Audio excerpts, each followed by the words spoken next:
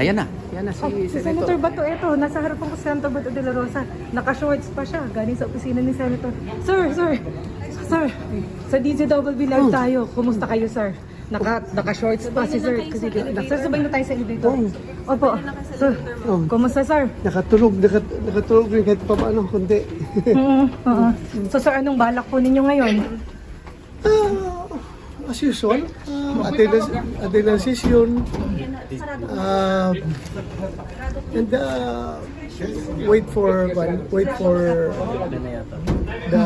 the ruling of the Supreme Court sa mga petition na pinadala namin doon. Umaasa po kayo na maglalabas ng TRO kontra po dun sa warrant of arrest? I hope and pray. I hope and pray. Opo, paano sir kung halimbawa po may local court na magsabi na bumatras lang kami sa elevator ha. Sir, paano kung mayroong kautusan mula sa local court at sabihin na ipatupad po yung warrant of arrest ng ICC? Well, ang proseso naman ay hindi hanggang sa lower court lang. Opo. Kaya meron yung appeal, di ba? Pwede tayo umakyat sa taas. So, pero inunahan na namin sa Supreme Court ngayon. So, hintayin natin yung decision ng Supreme Court. Sir, habang may mga pending sir, Palindigan petition natin sir sa tanong court, nakasama ko. dito lang sir kayo sa Senate, hindi sir kayo aalis sir. Dito lang ako. Dito lang. Hindi ako alis.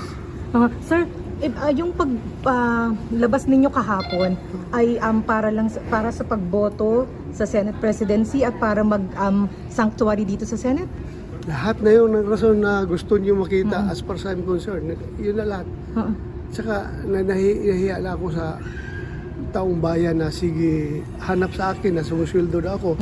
Kahit na hindi ko kiniklaim yung sweldo ko dyan sa baba, kahit hindi ko kiniklaim, I have to show up. Lalo na itong crucial na moments na ito. So sir, ibig sabihin since November, never kayo nag-claim ng pay? Or... Meron atang ilang buwan na na-claim ko, na-claim ng staff ko, pero hindi ko kinuha. Paano ko makuha na wala man ako dito? Kasi nandun lang sa staff ko. Pero yung mga latest month na hindi na claim. Opo. Sir, kasi sinulatan kayo ng Ethics Committee, pinagpapaliwanag kayo sa inyong matagal na pag-absent at yung hindi-encourage pa kayo na wag na kumuha ng sweldo. Encourage kayo na Soto and Hercito. Kahit na hindi na ako encourage, may konsensya rin naman ako eh. Mahiya naman ako sa taong bayan na sige, sabi ko nga, kung may na-claim na kayo dyan na sweldo, hindi ko naman yung kina-claim dahil nandun man ako sa Mindanao, di ba?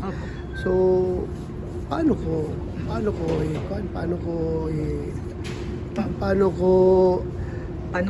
kukunin? Sabi ko, gamitin nyo dyan sa kawanggawa kung anong mga relief efforts natin dyan na gamitin niyo para mapunta sa taong bayan yung pera na yan.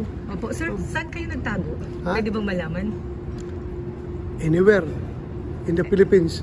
Pero ano general description sir, I mean, in Davao, Sabi ko nga, Sa Mindanao ba, sir? Luzon? Madamuhan, anong description lang sir? Description Hindi po. lang sa Luzon, Visayas, Mindanao. So, Basta I didn't leave the Philippine jurisdiction dahil mahal kong Pilipinas. So, I nagpalipat. will live and die in this country. So, hindi kayo papayag na ilipad kayo sa Netherlands? Sino bang Pilipino na gustong litisin sa ibang bansa? Sino? Kahit sino. Tanungin natin sino Pilipino gusto gano'ng mangyari. Kaya ibig sabihin, sir, hindi kayo magpapasakay sa eroplano kahit anong mangyari, hindi kayo magpapadala sa Netherlands? We will exhaust all available means. Legal means. Kailangan gawin natin lahat para hindi na tayo madala doon sa dahig.